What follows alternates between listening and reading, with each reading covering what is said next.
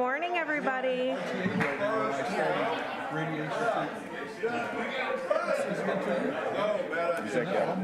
Good morning, everybody. We'll call this TIRZ 2 meeting to order this morning. And Miss Rebecca, if you could call roll. Chairwoman Kaylin Paxson. Present. Board members Roland Barrera. Here. Sylvia Campos. She's here, I guess. Oh, there she is, yes. Eric Antu is absent. Brent Chesney. Here. Paulette Guajardo. Gil Hernandez. Here. John Mattis is absent. Mike Pesley. Here. Everett Roy. Present. Connie Scott is absent. Mark Scott. Here. Carolyn Vaughn. Here. Okay, we do have a quorum present to conduct the meeting. Thank you, Ms. Huerta. And good morning. Thank you, everybody, for joining us. So I would like to go to our next item, which is public comment. Do we have anyone here for public comment this morning? Please come on up.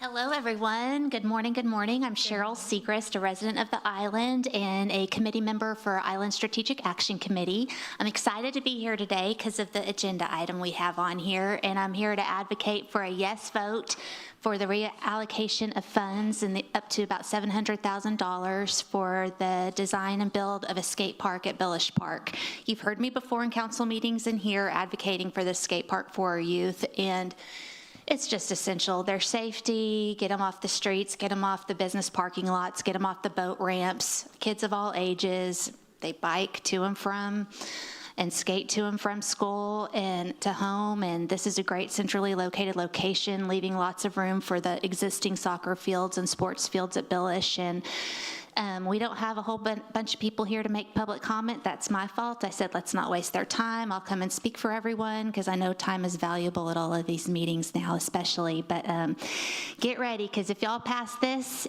and my hope is that it gets on the city council agenda sooner than later to get voted on as well, that's when you might see some kiddos speak. But thank you for your time and consideration of this agenda item. ISAC made the motion to bring this forward to you guys because we believe strongly. We've been working on it for about a year and a half, and we were able to find some funds to help move this forward. So I appreciate your time.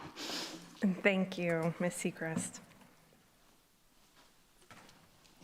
I'm Brian Gully. I'm the chairman of the ISAC committee and also on that subcommittee.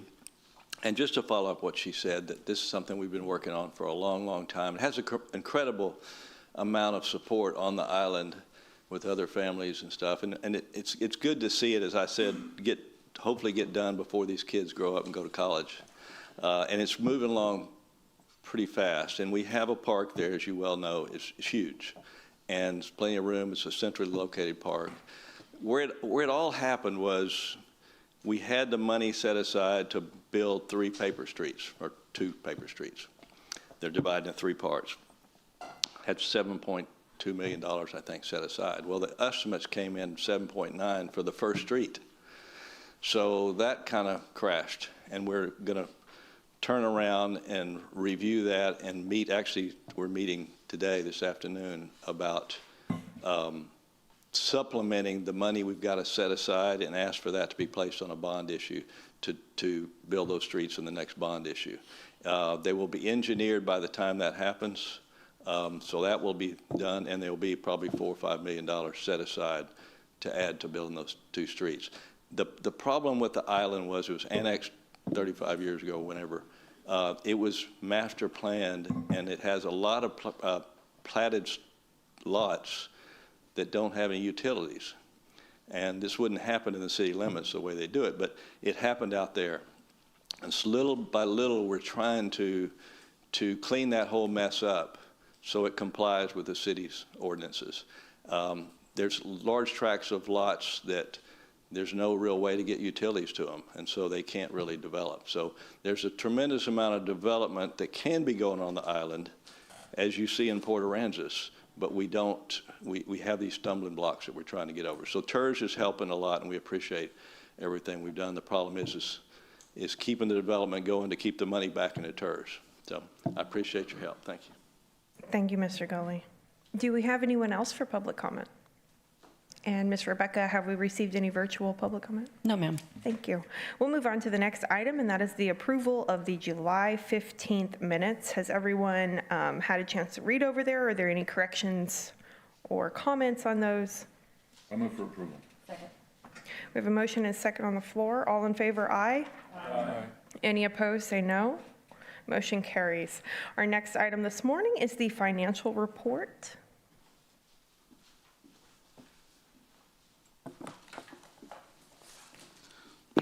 Sergio Villasana, Director of Finance and Procurement. Good morning, everyone. Thank you, Madam Chair. Enclosed in your agenda packet are the unaudited financial statements for Tax Increment Reinvestment Zone Number 2 as of August 31st, 2025. I have a brief presentation for you that will cover budget to actuals, as well as a schedule of commitments. Okay, there's a slide missing there, but we should have a slide that talks about the participation within the TIRZ. Currently, the city of Corpus Christi is contributing 100% of tax increments into the TIRZ. And we also have the Nueces County contributing 75% to the Tax Increment Reinvestment Zone Number 2. This slide here is our budget to actual. And, gosh. And the slide looks also incomplete. We're missing some variance column there, but I'll go through the numbers for you. So here, gosh, we start with the beginning fund. That is not, that is not the presentation we typically upload. But let me read the numbers to you. Just wait, there's tampering, so I assume there's backup coming. Okay. If you have a different presentation in your packet, if you look at yours, page 9 of the agenda item there, we have total revenues with an amended budget of $6.4 million. Actuals year to date are also about $6.4 million. So overall revenues as of August 31st, actual revenues exceeded budget by about $44,000. Next, we have our total expenditures as of August 31st. They amounted to about $13.5 million. For the year, the TIRZ budgeted about $14.1, so it was about $637,000 of unspent appropriations. If we go down to our net change in fund balance, overall, the TIRZ planned for a 7.7 draw on fund balance. As of August 31st, we have a 7.1 million draw on fund balance. Let's see, okay, I think we got the right presentation up here. Okay, so bottom line is, for the fiscal year, the TIRZ had planned for 3.3 ending fund balance. As of August, we're at about 4 million. Okay. Our next slide shows our 5-year forecast of funds available for commitments. And we start with our beginning fund balance in 2025. Here we have a total of 8.6, which that includes a 4.6 million reserve from our CIP fund, estimating additional revenues of 44,000, capital commitments pending to be spent about 970,000. Administration and other expenditures amount to about 65,000. So this, we forecast a year ending with available commitments of funds available for commitments of about 7.6 million. The next upcoming year, fiscal years, we kind of see a drawdown of that fund balance. One of the reasons we are keeping revenues flat, and we do have future capital public improvements committed to, ranging from 4 million to about 4.8. We also have administration and other expenditures ranging from about 400,000 annually. So we go down to the last column, total estimated balance available for commitments. We do see the drawdown from 4.7 to a million to a slight deficit in 2028 of 437,000, but coming right back up in 2029 into 868,000. So project-specific development commitments, this program is reimburses public improvements based on tax increment growth. A total of 21.8 has been committed to this program for the Lake Padre development, the White Cap developments. We also have public funds committed to public improvements. As of August 31st, we have a total of 17 million committed to public improvements, including the golf cart path and bridge, pedestrian bridges, Commodore Mobility Bridge, the Cantala Avenue Mobility Bridge, and the public mobility bridge at Park Road 22. Capital commitments, a total of 20 million has been committed to capital commitments, including 3.7 for paper streets, 11.5 for North Padre Island seawall improvements, 3.9 for park and jump capital repairs, and the 970 for the force main bypass. Lastly, we have administration services and other expenditures. A total of 1.7 is committed over the next 5 years, with an average of 186,000 committed to administration costs for general fund, about over 200,000 committed to package channel maintenance, and it was 5,000 committed for software maintenance. Next, we have a snapshot of the CIP projects within the reimbursement zone number 2. Total budget for these projects amount to approximately $34.6 million. Expenditures as of August 31st amount to 15.6. There's 19.1 of appropriations pending to be spent on these projects. Concludes my presentation. I'll stand by for questions. Thank you. Do we have, okay, I have one for Mr. Board Member Pusley.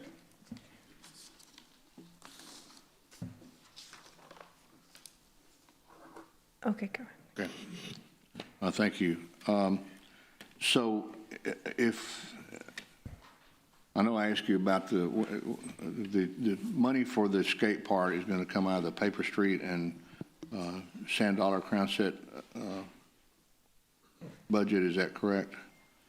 Yes, sir, that's an item on the upcoming agenda here, reallocating funds from the Paper Street. I think it's about approximately 700,000. If we take the 700,000 out for the skate park, that's going to leave a balance of about $3 million, correct? That is correct. So if, as Mr. Gully states, that is put into a bond project, will we unencumber that $3 million and put it back into fund balance?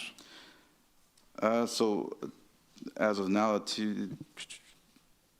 the total, when those funds are reallocated from that project, we don't necessarily move the remaining budget in there. That budget can stay in the fund.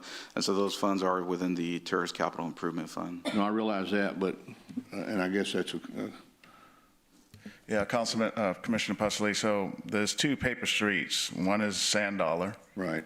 The second one is Crown's Nest. Both are in design right now. Both are in design by Half and Associates is the design firm. Okay. The Sand Dollar is about 60% designed, and the Crown's Nest is 30% designed. There's no construction money for Crown's Nest, so there's enough money to fully design it. So that street will be fully designed, and that could be a good candidate project for a bond program. Okay. Sand Dollar has enough funding. It had enough funding to construct it with a contingency as well.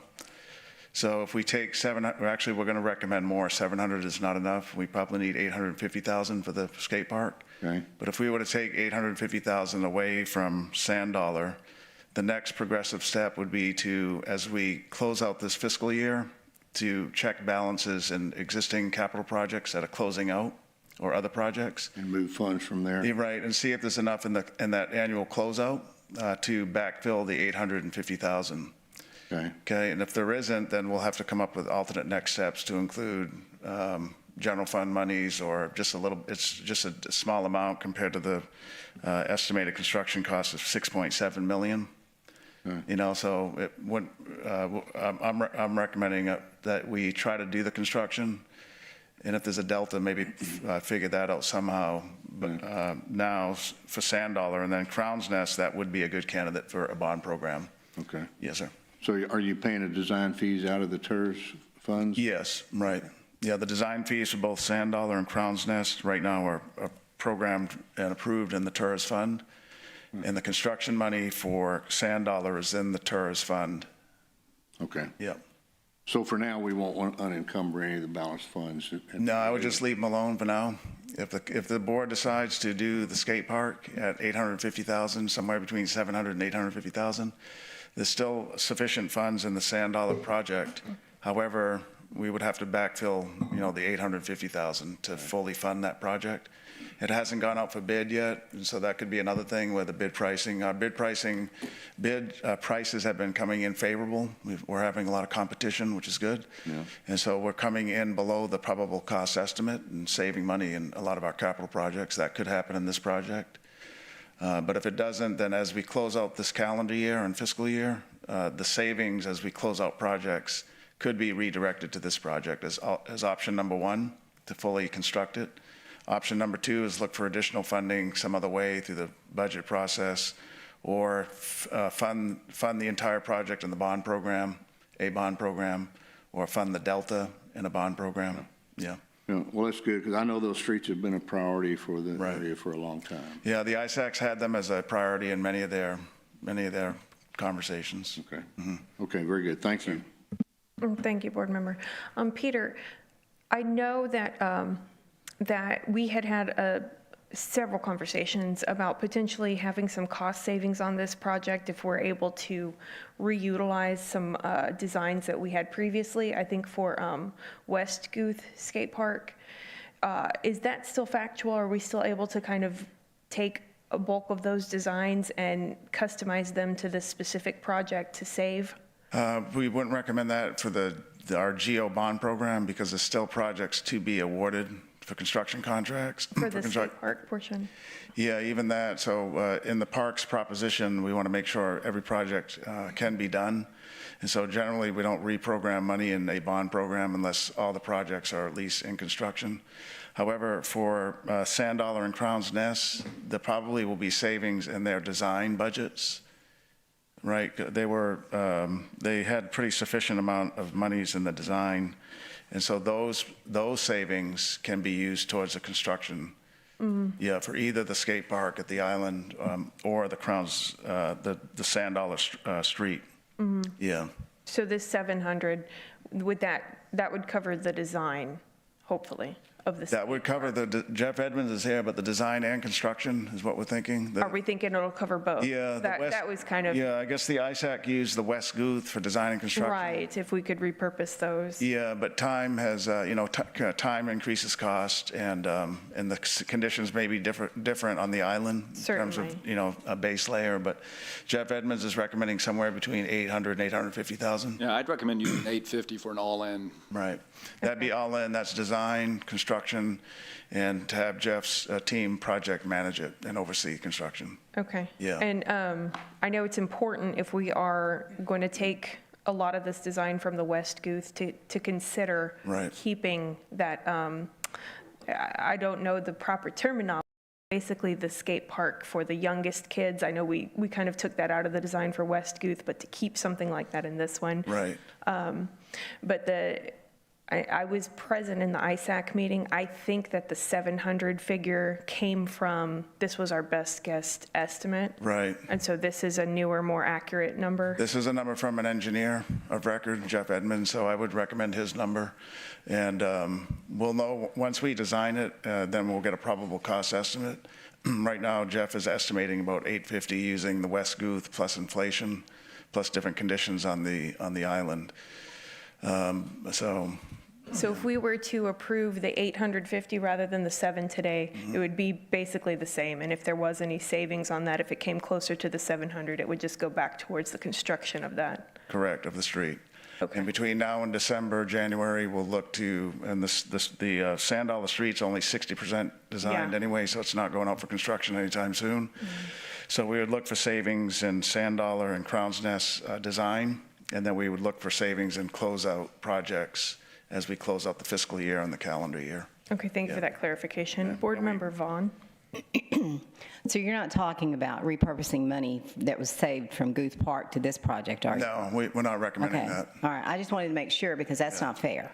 Well, we have to, by strong financial policy recommendations, we want to make sure all projects are duly accounted for before you do that. And our parks propositions aren't all awarded yet, so it wouldn't be a good idea to do that because some could come in over the engineer's estimate, and we wouldn't have funds to fund. Sure, just making sure because they're not fortunate enough to have a TIRZ, and so many areas of the city aren't. So I would never be for that. Right. I like the idea of a skate park, but to me a road's more important. So are you telling me that if they use this money for the skate park, we're not going to have enough money to do that street? What we're saying is that we'll have to find the difference, the 850,000 elsewhere in the TIRZ, and our indications are that probably is going to be savings as we close out projects. Okay. To backfill the 850 that's taken away from the street. Okay. Yeah, so the answer is we think we can do both. There's a little bit of risk because that's not for sure. The year hasn't closed out. But early indications from a financial perspective is that we can do both.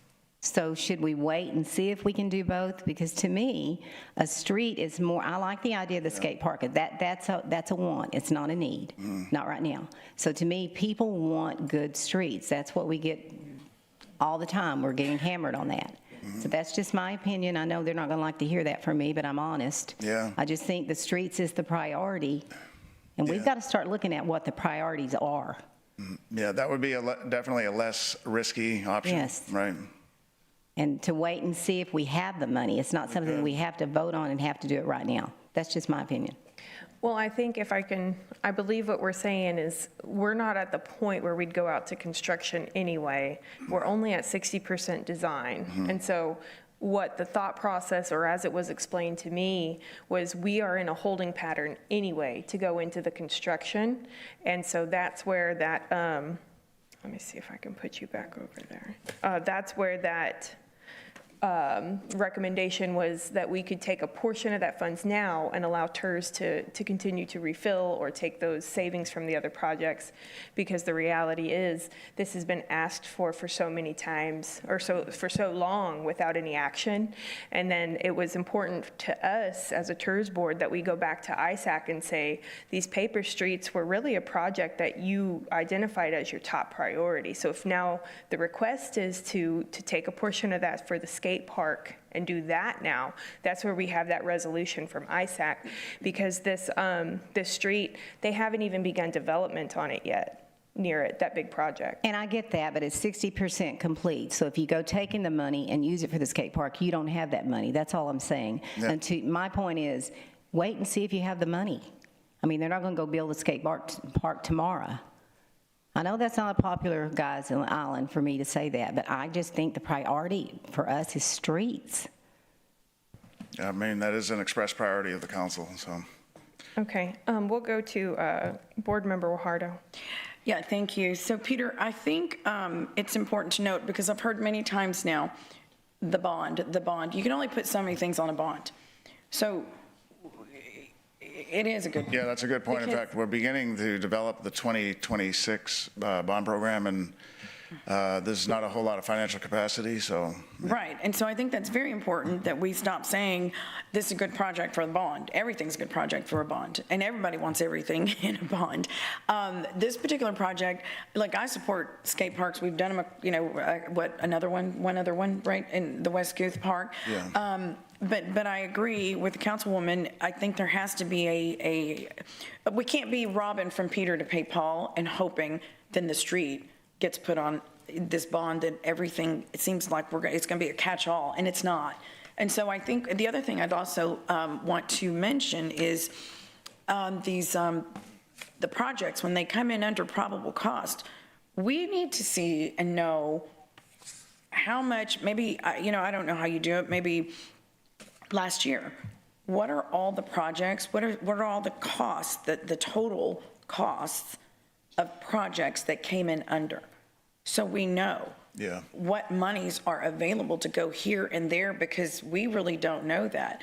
So if you have 100,000 laying around, or 50,000, and I hate to say it that way, I hate to say it that, I don't mean laying around, but I just mean, when something comes in under and there's X amount of money, it's not to say that it can't, obviously it's going to go somewhere, but to hear it, in the moment of, well, we've got this project, which did come in, what was it, last budget at the last minute? No, it was, Dan Suckley was here. I guess that was 2 years ago, or 2 years ago?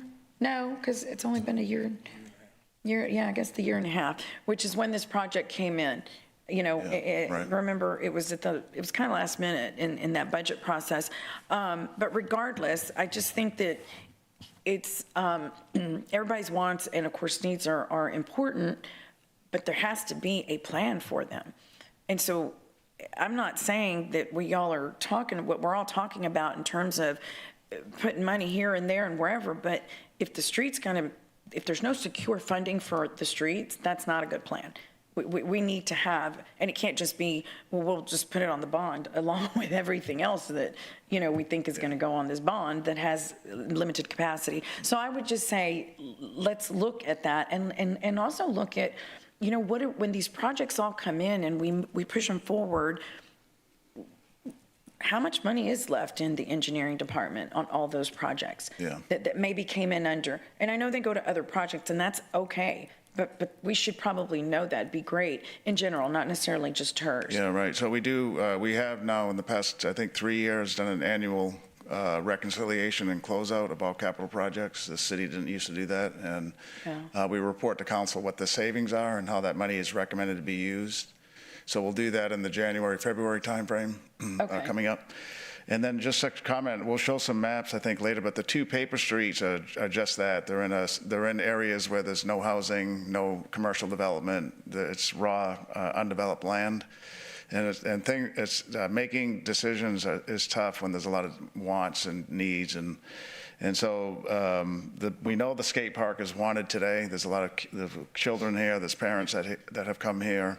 As we've designed the Commodore's Park, the skate park didn't make that conversation. So it's really about what is most important? Is it to take care of the immediate needs of giving children a place to recreate? Or is it building streets, at least one in a piece of, on a section of the island where there's no development? So There's I'm no going to homes, jump in there's no here, Peter, commercial. because Yeah. I wasn't done here, but, so how did those streets get placed on a priority list to begin with? then? ISAC recommended them. Okay, so they were important at one point, and now They were you're important, saying this is right. streets that have no development around them. So how did that happen? So ISAC's now saying what's more important is the skate park. Yeah, but my question is, if those paper streets were on a plan as a priority, Right. backed by ISAC, why? If there's no development, what was the point to that? Yeah, I'm- Is there planned development around those streets? Let's have Dan McGinn, who represents us at the ISAC. He may know. Good morning, Dan McGinn, I'm just curious. Interim Assistant City Manager. Yes, I guess in 20 years that I've been here, these paper streets have been discussed.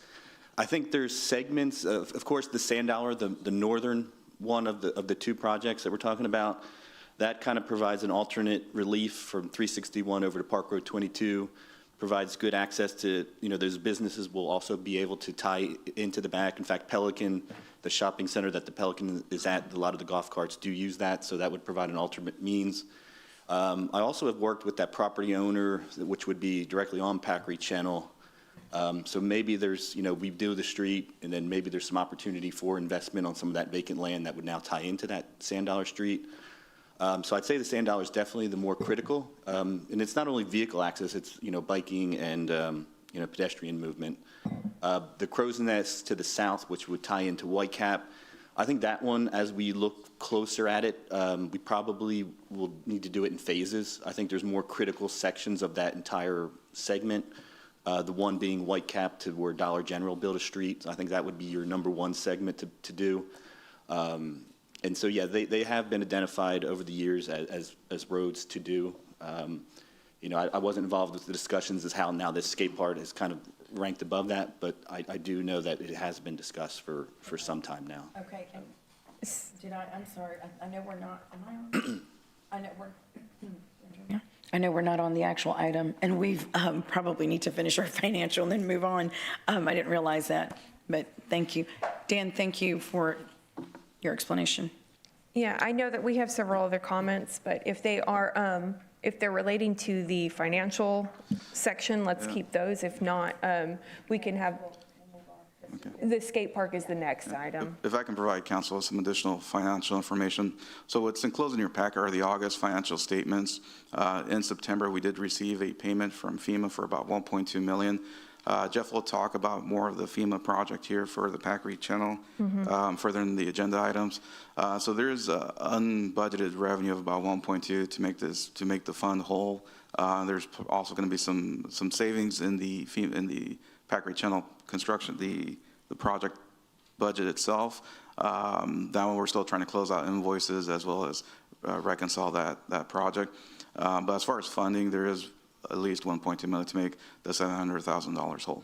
That's going to come back in, yes. And I know that this is a topic that has had a lot of thought, a lot of looking at options, and I know it wouldn't have come here today without it, but I think we skipped ahead a little bit. So I think when we get to the item on the skate park, I trust that the presenter will fill all those gaps in to give the board a more whole picture as to why this is a viable decision. Yes, sir. Yes, ma'am. I just wanted to advise council, when you see the September statements, and you'll see that 1.2 million unbudgeted, and in case those revenue, the question regarding that revenue comes up, I want to address it now, that those funds are there unbudgeted to make this fund whole if you choose to reappropriate those funds. We appreciate the good news. We'll have to keep calling you back up here for more. Thank you. Thank you for your presentation. Do we have any questions for this presentation? No, okay, then we'll move on to the next item. It's discussion and possible action to approve the skate park project for Billish Park.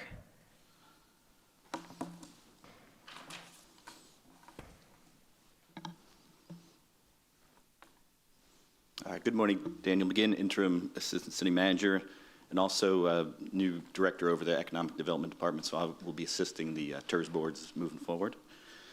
This next item is some options to reallocate funds, as we discussed here, from the Paper Street to the skate park.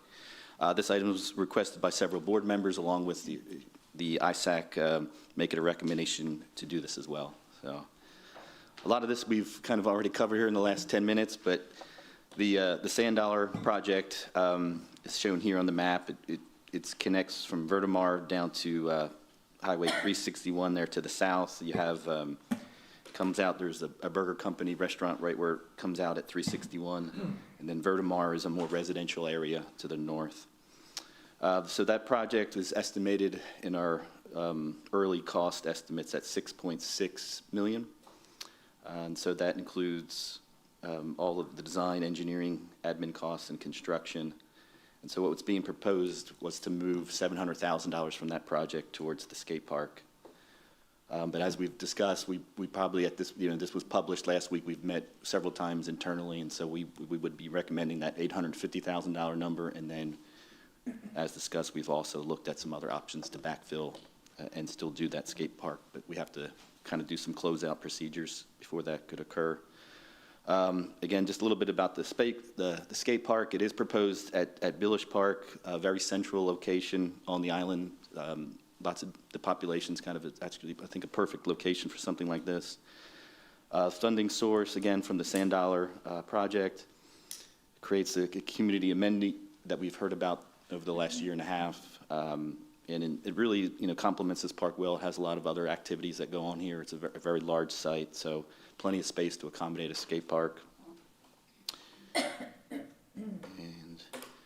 And again, this is the caption we had posted, but again, we're recommending that the number be 850 instead of the 700. So I'd be happy to take any questions. I know we covered a lot of the material already. I do have Sergio, Amy, and Jeff here to assist as well. Thank you, Dan. And I know Sergio touched on it very briefly, and there is yet another presentation coming to discuss it a little bit more further. But we do have, under the revenue side, $1.2 million coming back into this budget from a FEMA reimbursement. I don't know how we would say much more on that until that presentation, but I think that it's very important to this conversation because all of those factors were taken into consideration before we arrived at this item on our agenda this morning. But I do want to take a moment and remind the board at the very beginning of this season or this term, we made it abundantly clear that we truly valued and looked for the input of the ISAC committee. And that's what we did. We went out and we said, you guys have told us your top priority are paper streets, but you're also asking for this other item. What would you like us to do? And they did. They presented a resolution that they think with the finances that are at hand, that we can do this project now. So I'd just be cautionary that we didn't ask for that input, receive that input, and then not take it into serious consideration. With that, I'll go to questions, and I have Board Member Chesney first. Thank you, Madam Chair. Just to weigh in from county perspective a little bit, and as the city is aware of, the county is taking a different response a different tact on TIRZ involvement, based on the fact that many of the projects that go on in the TIRZ would be 100% city responsibility if there weren't a TIRZ, and paper streets would be in that category. These are not roads that have anything going on around it currently.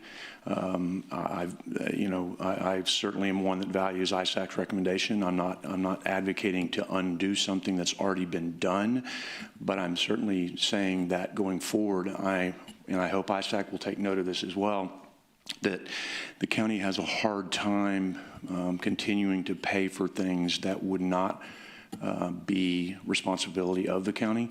So community projects like the skate park is real easy to jump into, real easy to support.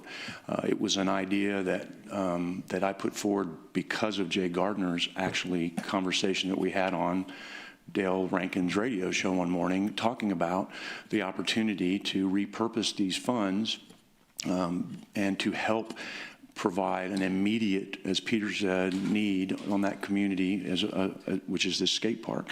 So I am 100% in favor of reallocating these funds. I get a little leery when I walk in thinking it's 700,000 and someone then just pops in with no backup and nothing in my agenda that says we need 850. So I would like to maybe allocate a range here and have somebody bring back to us something, because I have a tendency to believe things get a little, no offense meant, over-engineered and over-costed with government involvement. And I would really like to see if we could do this within the 700,000 range. I'm not saying that I don't support 850 if that's what the number is, but today I walked in thinking it was 700. I've had conversations, Cheryl, thinking it was 500 to 700, now we're up to 850. I'd sure like to see where that came from, other than Jeff just saying it's 850 now. So that's not what was in our packet, not what was in our agenda. But I am 100% in favor of reallocating these funds from these paper streets. And if the city can maintain these and figure out the stopgap going forward, again, I'm not here advocating that I would be voting to undo something that's already been voted on and done. But I would just ask that the board, that ISAC be cognizant of the county's position going forward in regards to TIRZ. We want to be a good partner, we want to be involved, but we have a lot of needs that the tax dollars are going into that aren't for county projects. So the fact that the TIRZ board was able to do the Briscoe King, which will be a county project, but we will give great credit to the city. As Kaylin was at the PIBA meeting the other day, and I talked about how this was a partnership between the city and the county, just like this skate park will be. It will be a partnership between the city and the county, and it'll be a partnership that those of us at the county can be very proud to be a part of. Not that we're not proud to be part of a paper street, but that's a city street that the city should build, not the county. We wouldn't ask you to come build our county roads for us. And so going forward, not backing out, just going forward, we would ask, or I would ask, that be kept in mind. But again, to wrap up my comments, I am 100% in favor of reallocating the funds from the paper street.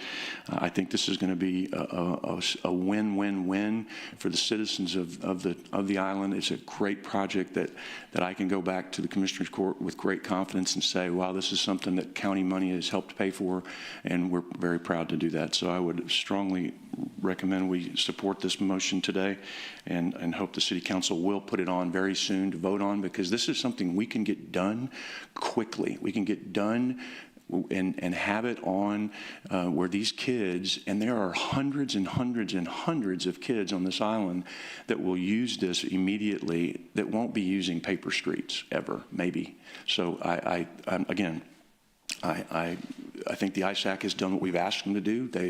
They've said this now is their priority, not instead of the paper streets, but they just have said this is number one right now, and keep doing the paper streets. And I'm good with that recommendation and think that's what we should follow as well. Thank you. Thank you, Board Member Chesney. Very eloquently said. Thank you for those statements. Bonnie, I see you over there. I'm sorry.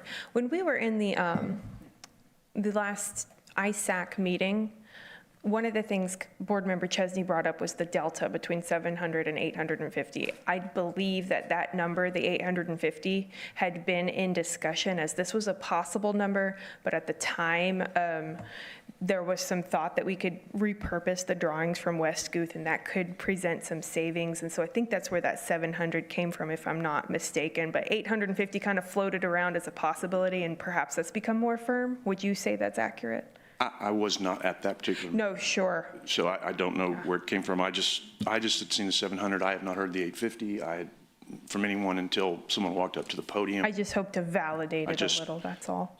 If that's what the number is, great. I would just like to see a little more firm. Yeah, Jeff Edmonds is here. So the number came from Jeff Edmonds, the city's engineer, and it had been discussed before. So Jeff, can you explain it? I can give you a little background on how I came up with that. So sometimes when people look at bid tabs and so forth, they'll pick out a line item and just assume that you can use that for a project 2-3 years down the road.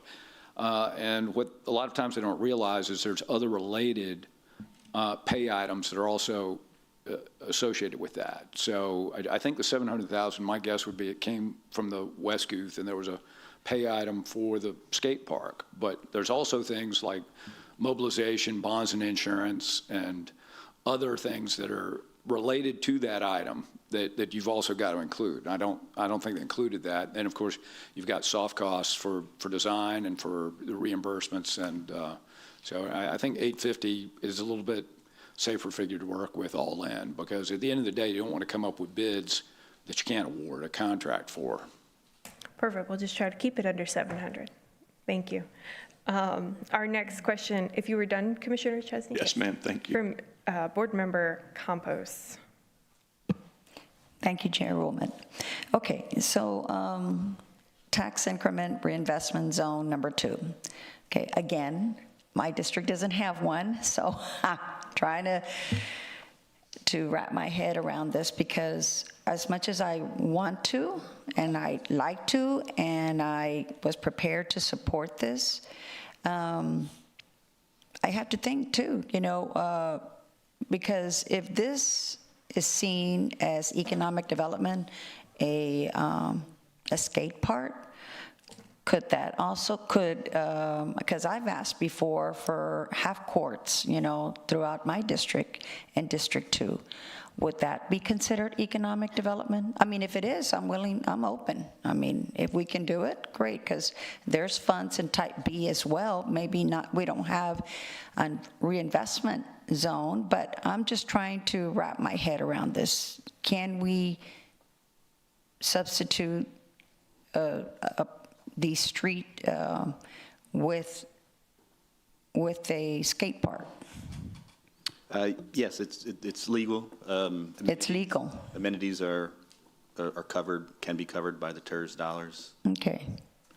Okay, so that's what I was trying to figure out when the item came, because I remember the kids coming, and I remember the kids also when they were coming for the splash pads, and the city was able to manage to do some splash pads, but now, because of the drought, now we're in October, but they're not on as frequently as we'd like to.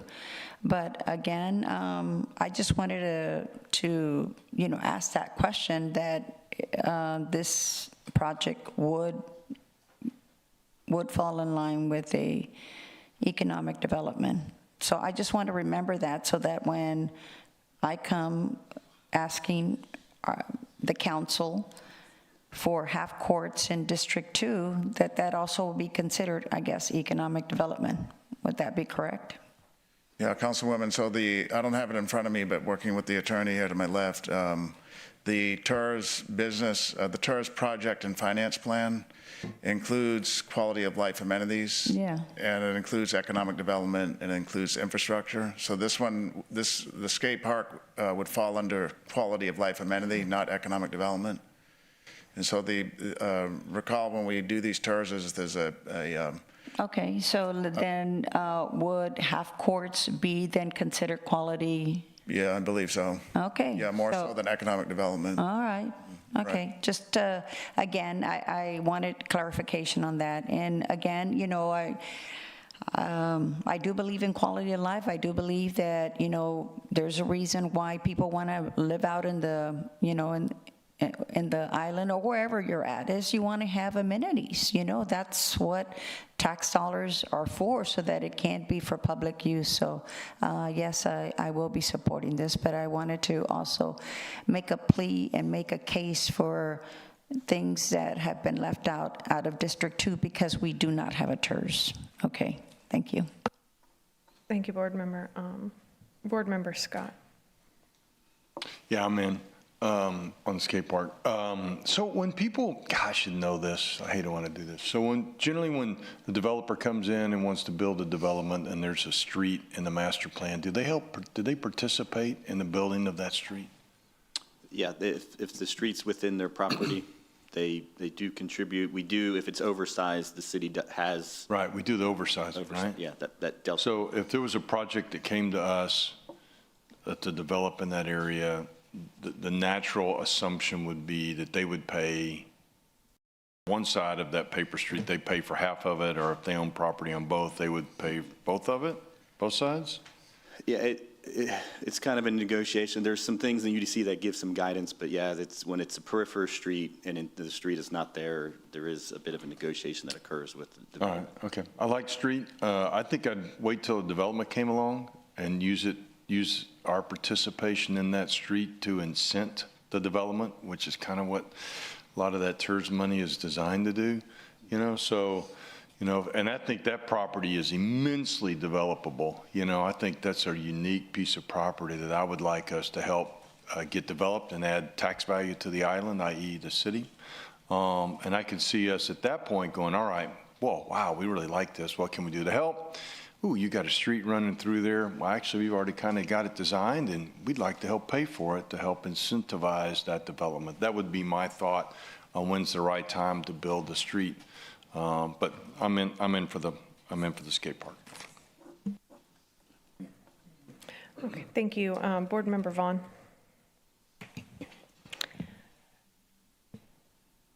I agree with Commissioner Chesney that the city should build the streets.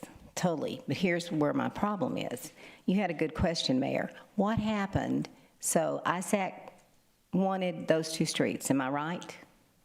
They wanted the two streets done, and y'all voted as a TIRZ to get that done. So we've spent money for design, and now we're changing our mind. I'd like to know why those, because there's nothing on them. We just looked at them on the map, and I'm sure there was a reason. What was the reason that they were a priority? Can anybody answer that? I mean, they did come up in our, we did the Island Area Development Plan. So that was a project that was a high priority. It was also came up during our Island Mobility Plan that this was a needed connection. And again, I think it does provide some relief. 361, not that this would be the full reason, but just one of many, but there is some backup that occurs. So if there was an accident at the intersection, this could also provide an opportunity for people to exit the island. But it connects this neighborhood and makes connections to these businesses because you cannot have golf carts on SPID. And so this would provide at least an opportunity for folks to come into the back of some of these businesses. Again, it's also pedestrian and bike movement. And so it was just this missing link. If you look kind of overall, the island does have pretty good connectivity with some of the roads systems that are already in place, but this was one of the key ones that was missing. So is it a safety issue? Yeah, I think it's safety. It provides options for people to move about the island. It provides possible opportunity for redevelopments. I mean, Mr. Scott made a point of maybe the development comes first, but it's kind of maybe the road then, you know, then you see the potential for redevelopment or people will invest in the property. And so you can kind of look at that both ways, I think. But I think safety and connectivity was the number one. And I get that, and I understand why y'all want to say a park. I get that. I think that's a great project for the TIRZ. My problem is it was voted on, and we can't be so easy with the taxpayers' money saying, well, it was voted on, now it's not a priority. That's my concern, that it was a priority then, but it's not a priority now, and money has been spent. So Mr. Tononi, what's the odds that you're going to have the money? I mean, what are the odds? Yeah, I think the odds are good. As Sergio, our finance director, said, new information that just came in is we are going to get reimbursed $1.2 million from FEMA for work on the Packery Channel, and that money was not programmed to any project, so that'll go into fund balance. So that covers obviously the 850. But early indications are, as we look at the project budgets, the capital projects in particular, as they near completion, there will be some savings. And when you accumulate all the closed out projects, that alone may be enough to fill in the gap. So I think it's good. I think there's a good chance financially that we can do both. Okay, I just hate to spend money on this and that's not have the money when you've already started it. Right. That's a concern, because this is not our money. Yeah. Not our money. Correct. Yeah, so both projects are fully funded for design. The one street is nearly funded for construction. And then the difference would be made up by these additional revenue sources I just talked about. Okay, Yeah. thank you. Okay. Thank you. Board Member Roy. Couple things. Dan, can you tell me when the TIRZ 2 was created, what was the focus on why? I mean, because everybody, we throw the term TIRZ around 2, 3, 4, 6, 7, but every TIRZ really has, I guess the easiest way to say is that all TIRZ aren't created equally. Yeah, it happened right before I got here, or just a few years. I came in 2005, and so I worked closely with Tom Mutter at that time. And so my understanding is what he told me, that the TIRZ was created to pay the local share to construct Packery Channel. Okay. I know that, so before I go on with that comment, I wanted to just comment on Commissioner Chesney. When you go from 700 to 850,000, I know that that's a little bit of a concern. I can't help but saying this, but try going from 900 million to 1.2 to 1.5 billion. I feel you on that. But with that being said, it sounds to me like the TIRZ itself has changed its scope maybe a little bit, because I know that you're saying from the county's perspective that you really don't, you're trying to stray away from infrastructure because you feel like the city would do the infrastructure in the first place, and the TIRZ should be working on community things. So is it fair to say, and because I don't really keep up that much, I mean, I have TIRZ 3 and 4 that I'm involved in, but is the scope really kind of changing on the TIRZ 2 with in terms of what ISAC is requesting, and what are some of the priorities? Happy to answer that. Someone give me a mic. Or anybody that could answer that. I need you to press your button there. Okay, there you go. There we go. Councilman Roy, I'm not, quite the contrary. I think infrastructure is extremely important. It's just the type of infrastructure that we're more looking at. If it's drainage, or if it's sewer, or if it's things of that nature, if it's community-wide projects that we can jointly do. And again, I'm not saying that we should not do what has already been voted on and designed. I'm not saying we should undo that. So I want to be very clear. I'm just saying in the future, I would like to, really maybe be, and the county would like to have a little more involvement in the development of these projects and where they're going before it gets to the point at which we're here. And it's just a different tack, but I think that having been on the council in 2005 when we did the original TIRZ, that's a correct statement as to why it was formed, and then it evolved when we renewed it. So it's evolved. It's evolved since we renewed it, because we just renewed it last year, I believe, and it now is for different things like infrastructure. Yeah, I think the scope, as far as the scope of the skate park and just looking at it, and I think that's within the scope. I don't think it's an issue. I agree. So, I just wondered, because I guess there's only so much you can do in terms of storm remediation or whatever, that there's other projects within the community that you're looking at. And so I just wanted to, more for the public to understand that TIRZ, from the time that it was created until now, is evolved, right? 100%. Okay, that's my only point I was trying to make. Councilman Roy, let me just add to that real quick. So there's several projects in our program today that could be considered quality of life amenities. So that includes things like golf cart path and bridge for the Lake Padre development. Another example is the seawall. Well, let's say there's some infrastructure there, but it's also a quality of life promenade walk. Is another one. Another one that's in our current program is kayak launches at public parks. And did we use, I can't remember if it was a TIRZ-related item, but when we went 50/50 or when we went in with the parking lot for the community building and that, right? Was that a TIRZ project? We didn't, we haven't, you did the building, we haven't done the parking lot. Okay, so it was the building. Right, the parking lot. I knew that it was something there, sorry. Right, but like the second causeway would be another one that we've talked about as a TIRZ that I think would be a great community project that Councilman Hernandez brought up many times, and that would be one that would be a great community project that is needed, and we would be something joint to work on that I would, just me personally, I'm not speaking for anyone other than me, so. So that's the biggest thing. I just wanted to kind of bring the attention that TIRZ has kind of evolved from its creation until now. Yes, sir. And I think, when you take a look at the downtown TIRZ, it's certainly evolved. And I look at North Beach in terms of how that TIRZ, what it was created for. And I think what it's probably in 4 or 5 years it's going to be, it will probably also take on a different form. So that's just a comment I wanted to make. Thank you. Thank you, Board Member. Member Hernandez? Yes, thank you. I haven't seen a CIP page for the skate park yet. Is that going to be coming to us for approval? Yeah, it'll come to the city council for approval, Councilman. Okay. Mm-hmm.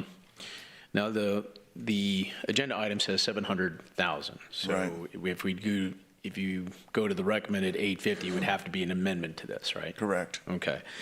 I think both these projects would be qualified under the TIRZ, whether it's the streets or the skate park. I mean, if a hippopotamus statue in Hutto can be considered economic development, I think pretty much anything can be. Yeah. So I don't have an issue with either one of these projects, but I did want to echo what Councilman Scott had mentioned about, if we build a street, we benefit the landowners there significantly.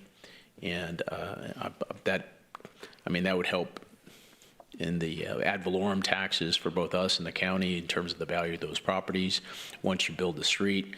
But you also get, there seems to be an unfair advantage there if the city builds a street and not the developer for other parts of the city. Now, that's just a choice that, the TIRZ has to make, through the recommendation of the ISAC. I don't have a problem with it, honestly. I'll leave that up to the district council person for that decision. But I'm okay with both of these projects as long as it's, it's for the economic development and infrastructure of those projects. However we want to do it, I'm okay with. If we want to go with the skate park and push the Paper Street, I would push the Crow's Nest back, or is it Crown's Nest or Crow's Nest? Crows. It's Crow's Nest? Okay, I would push that one back because I think the Sand Dollar one has more of a, a mobility issue, but that's my recommendation. Thank you.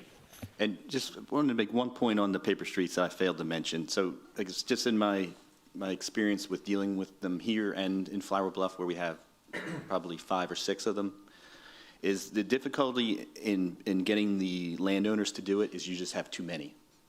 And so even in this particular street, you have the one larger one on the east side, but then you have probably 20 different ones on the west side. So to get everyone to coordinate and pitch in, there has to be some government intervention to make that happen. And we really probably need to look at that in Flower Bluff too, because we have probably 300 lots today that are platted on paper streets, but those owners will never ever get together and figure that out. So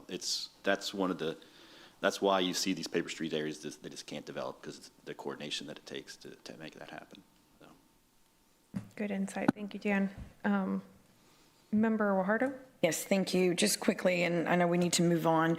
A couple of things. So I think, Peter, it might be a good idea, because I hear what Commissioner Chesney is saying regarding streets, but then we've done many streets under a TIRZ, and I think it does qualify. But maybe you can send us, or Dan can send us, what qualifies under a TIRZ, right? Just as a little refresher, just as an FYI, because I'd be very interested in knowing that. Because I do agree in part, we've had these comments before about, well, wait a minute, is this a city responsibility or TIRZ? So I understand your comment completely, but I'd like to see what exactly TIRZ, because we've done them all in the past. And so if they're evolving, I'd like to see what the rules and regs are for that evolvement. Secondly, do we have a maintenance plan for this skate park?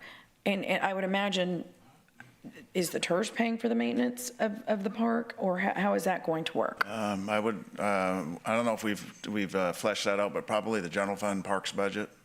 In the parks budget? Yeah, the general fund. I think it's important that that be included in this, because there is definitely going to be maintenance. As we know, we have other skate parks, Yeah. and we've learned from that. We do have an agreement with the PIPOA to maintain Billish Park, so we can amend that to include maybe some maintenance as well. Yeah, they do at their expense, with their levy that they have, they maintain the Billish. Right. No, I know, but this is going to be, it's going to be quite a bit for, they might not be appreciative of that. I don't know, but I think it's something very important to address though, Peter, because you're talking a lot of money, a good chunk of money to maintain, I would imagine, this park. So anyhow, if we can please look into that, I think that's a very important part of this whole project. And the other thing is going to be, if I don't think any benches or shade or lighting or water fountains, any of that kind of amenities. That's all part of it, so It is or it isn't? Yeah, the West Guth, there's a little bit of shade treatment at the West Guth. That's why the conditions are different. There may not be readily available electricity, at the Billish, so that's why the budget is a little bit more. West Guth has already been built out a little bit more, so. Anyway, it will include lighting, shade treatment, I don't know about water fountains. Okay, and my point is not those specifically, it's just amenities that I'm asking, right, if they're included, which you've answered, and if not, that would be coming next. So we would need to plan for that. Okay, so there is some of that. They need to be, and that speaks to that plan. We want to do it right. This is a once-in-a-generation item. We want to make sure it's a nice asset for the folks that live there. Wonderful. Okay, thank you. Thank you. Board Member Pusley? Yeah, I promised I wasn't going to say anything because I was hoping to get a taco before 11 o'clock. With respect to what TIRZ are and what they become and how they progress and change, each TIRZ is created with essentially a constitution or a contract of what it's going to try to accomplish. And it's okay if we modify that, but if we want to modify what a TIRZ is going to do, then we need to bring that before this board, and it needs to be a clear understanding of what we're going to put into that TIRZ with respect to changes in how we do things. So we can look at what the original scope was when they were created, but if we're going to change that scope, then we need to have conversation about that. And Board Member Guajardo, you make a good point, and I want to add to that. If we're going to do this skate park, it needs to be equal skate park to what we did at West Guth. But I don't want to have people calling me from the area that I live in saying, well, how come y'all put that out at the Padre Island Skate Park and we didn't get it at ours at West Guth? So if we're going to design skate parks to go up around this city, we ought to have a standard footprint. Thank you. Board Member Chesney. I'm going to say, Mayor. The mayor makes a good point on regards to the maintenance, because if a TIRZ project is truly a TIRZ project, then should the TIRZ project pay for maintenance? And you know where I'm going with that, since Briscoe King is a TIRZ project. So, we need to proceed with caution on that, because we certainly have maintenance set up for Packard Channel, and as Mark and I sat on that council together, that was the purpose of that whole TIRZ, talking about your evolution. And so I certainly don't have any problem with that, but it's a very good point, and it's something that we may need to discuss, is if it's truly a TIRZ project, then where does the maintenance come from? Because once it's turned over to the city, then the city has to do it, other than Packard Channel, because the TIRZ continues to help with that. So it's a discussion that may need to be had. Mr. Dodd, on that note, I know that we have worked extensively with the agreement between the city and the PIPOA, and I know recently we have increased our in-kind support at that facility to where the city will be picking up trash daily. And I know some of our discussions have been that adding this amenity to that specific location may actually cut back on some of that maintenance because you're not having to do the grass treatment, you're not having to do that sort of thing. And so this actually, in my opinion, it does really fall under very nicely with the agreement with the PIPOA. And we've even talked about where the liability would fall. Peter, we've had that discussion. And so I know that the teams have put a lot of good thought into the future of this amenity. That's correct, Councilwoman. So we have an opportunity to share in the costs for the maintenance with the PIPOA, who right now maintains a big portion of that park. Yeah, this has been a long-going discussion because we know that this is truly a priority to the island and its residents. So I see no more discussion. Do I have any public comment? I know a couple folks have spoken on it, but any additional public comment? I'll move to approve. Second. If I may, with these motions for approval, staff is recommending up to 850. Are we making the amendment, approving the amendment? Yes. Make a motion. Okay, perfect. So we have a motion and a second. All in favor? Aye. Any opposed? Okay, perfect. I think, did you had quorum for that? Ma'am, we had 7, 1, 2, 3. Yes, we had 7 people. I Okay. believe. Yes, ma'am. So we need to approve it as amended also, right? Ma'am? Oh, add your vote? Thank you. Okay. Okay. Thank you both. Thank you. It sounds like your taco's back here, Board Member Pusley. Okay, with that, we'll move on to the next Are item. you which is approving as amended? I'm sorry? You need to approve as amended now, because that Oh, was just thank the you, amendment. Rebecca. Yes, ma'am. Second. To include We have 800, up to 850,000? Yes, ma'am, up to Okay. 850,000. All right. We have a motion, a second. All in favor? Aye. Any opposed? Okay, thank you. So our presentation on the conclusion of Packery Channel report. And Jeff, this was a very robust, detailed report. I truly appreciate that. And I know we're at the very end, but we have a little bit of time. Thank you. Jeff Edmonds, Director of Engineering Services, and the good news is I'm not going to go through all of those slides. I just wanted to offer that for background because it's been a long story, and if you really want the deep story, read that request for arbitration that we included in there. So many of you know that we've been struggling for several years with the federal government over the funding of the Packery Channel repairs. And I think I've finally reached the point that I can see light at the end of the tunnel. So in late August, the city received an $11.5 million wire transfer from TDM, and that was the first time I was really able to breathe a sigh of relief and think that we were nearing the end on that. So some of you realize that late last year we had agreed to a voluntary dismissal of a request for arbitration that we had filed with the U.S. Civilian Board of Contract Appeals based on an agreement that we reached with FEMA. And it took us until now to actually start seeing the fruits of that. So I think we can kind of see what the final score is going to be. I believe when we receive all of the reimbursements, we'll have gotten about $14.6 million from FEMA and TDM, and I think our final total out of pocket on this is going to be around $2.5 million. And in the final analysis, we've got a channel that's much more resilient than it was before, and our out-of-pocket expense is going to be roughly 15% of that total cost. And I'll take any questions. Thank you, Jeff. And you are absolutely correct. Anybody who wants to read through the packet material that you provided would see, I know you especially, but you and your teams did not let this item fall by the wayside, and it was not without a lot of work. And so we're Well, here and today. there's a lot of other people that deserve some thanks on this. I mean, the legislative delegation helped out tremendously. And I'd like to thank TITM. TITM, time we needed something from them, it would be same day, next day. All of the funding flows through TITM. And when we would file something, you would file it with TITM. They would put a letter with it, send it to FEMA. They would always do it same day, next day. It would take FEMA 90 days, 120 days to respond. So we had a lot of help on this. This is a very important piece of equipment.